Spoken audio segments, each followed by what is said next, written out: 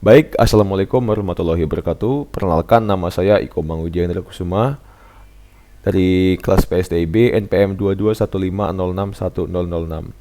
Di mana di sini saya akan menjelaskan modul 7.1 dan modul 7.2. Dan yang pertama adalah modul 7.1, di mana modul ini berjudul tentang Arch. Materi ini membahas tentang penggunaan Arch dalam desain basis data, terutama dalam konteks manajemen memori. Berikut adalah rangkuman yang telah saya buat tentang modul yang berjudul Arch. Materi ini bertujuan untuk mengajarkan beberapa konsep kunci dalam desain basis data, termasuk pengertian constraint dalam konteks pemodelan data, identifikasi hubungan, exclusive OR, dan skenario bisnis. Pembuatan diagram Arch constraint untuk menggambarkan hubungan exclusive OR, serta perbedaan antara penggunaan Arch dan subtype dalam model data. Jadi tujuan dari penggunaan Arch itu adalah dalam pemodelan data, penggunaan Arch itu membantu perancang data untuk menjelaskan hubungan exclusive OR di antara entitas-entitas dalam basis data.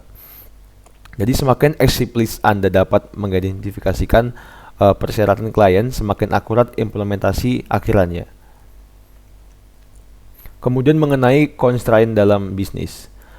Setiap bisnis memiliki batasan terkait nilai atribut dan hubungan yang diizinkan dalam basis datanya. Batasan-batasan ini disebut dengan constraint dan dapat berlaku untuk atribut tunggal pada entitas atau hubungan antar entitas. Contoh sederhananya adalah setiap karyawan atau employee dengan huruf kapital semua harus bekerja dalam satu dan hanya satu departemen, dalam kurung departemen dengan kapital. Kemudian terdapat hubungan eksklusif OR. Hubungan eksklusif atau exclusive OR terjadi ketika entitas satu memiliki hubungan eksklusif dengan dua atau lebih entitas lainnya, di mana hanya satu hubungan yang bisa ada dalam satu waktu. Dalam pemodelan ERD atau Entity Relationship Diagram, hubungan ini diwakili oleh Arch.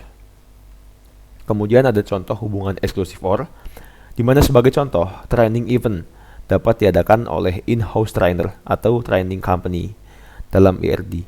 Ini diwakili oleh sebuah Arch yang menghubungkan training event dengan kedua entitas tersebut.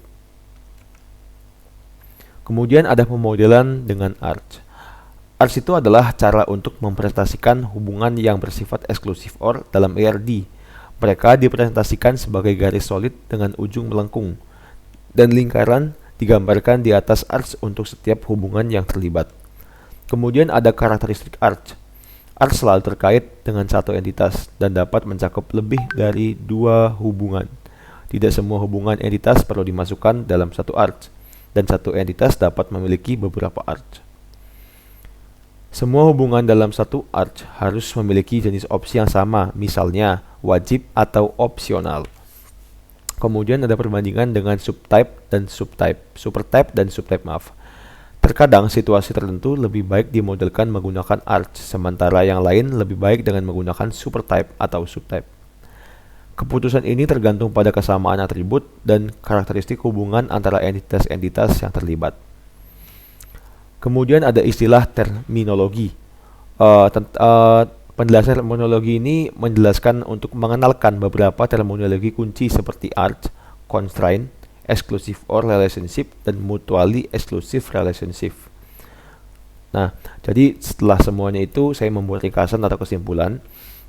Jadi materi Arch ini membantu pemahaman tentang cara mendefinisikan constraint dalam pemodelan data, mengidentifikasi hubungan exclusive OR, menggunakan Arch untuk mempresentasikan hubungan eksklusif OR, dan memahami kapan menggunakan Arch atau subtype dalam desain basis data. Materi ini juga sangat penting dalam perancangan basis data yang efisien dan akurat. Kemudian kita masuk ke dalam modul 7.2,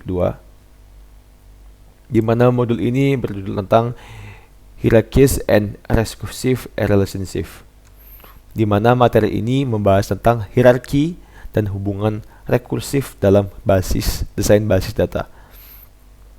Materi ini membahas tentang hierarki dan hubungan rekursif dalam desain basis data. Tujuannya adalah untuk mendefinisikan, memberikan contoh, dan mengidentifikasi unique identifier atau UIDs.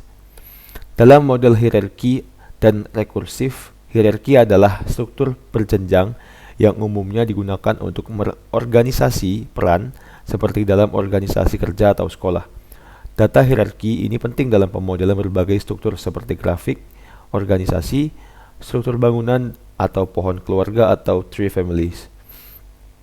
Pada materi ini, hubungan hierarki dipresentasikan dengan menggunakan contoh grafik organisasi yang menggambarkan bagaimana tingkatan pekerjaan seperti presiden, direktur, dan manajer berkaitan satu sama lain. Setiap tingkatan diwakili oleh entitas yang memiliki hubungan dengan tingkatan berikutnya. UIDs atau UADs digunakan untuk mengidentifikasi setiap entitas dalam hierarki ini. Selain hierarki, materi ini juga membahas hubungan rekursif yang merupakan hubungan dengan dirinya sendiri.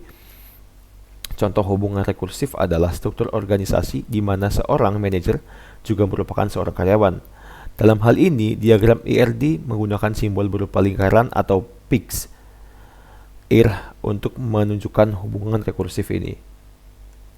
Dalam materi ini juga dijelaskan perbedaan antara struktur hierarki dan rekursif.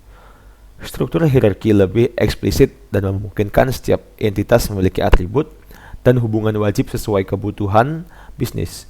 Di sisi lain, hubungan rekursif cenderung lebih sederhana karena menggunakan satu entitas saja, tetapi lebih sedikit spesifik karena tidak dapat memiliki atribut atau hubungan yang wajib kecuali dalam semua instansi entitas. Terakhir, materi ini juga mencakup contoh bisnis dalam industri otomotif di mana semua komponen dianggap sebagai entitas, komponen, yang memiliki hubungan rekursif banyak ke banyak atau many to many, menggambarkan bagaimana komponen bisa terdiri dari komponen lain atau menjadi bagian dari komponen lainnya. Kesimpulannya, materi ini mengajarkan konsep dasar tentang hierarki dan hubungan rekursif dalam desain basis data. Baiklah, sekian dari penjelasan saya tentang modul 7.1 dan 7.2. Jika ada kesalahan mohon dimaafkan. Saya akhiri, wassalamualaikum warahmatullahi wabarakatuh.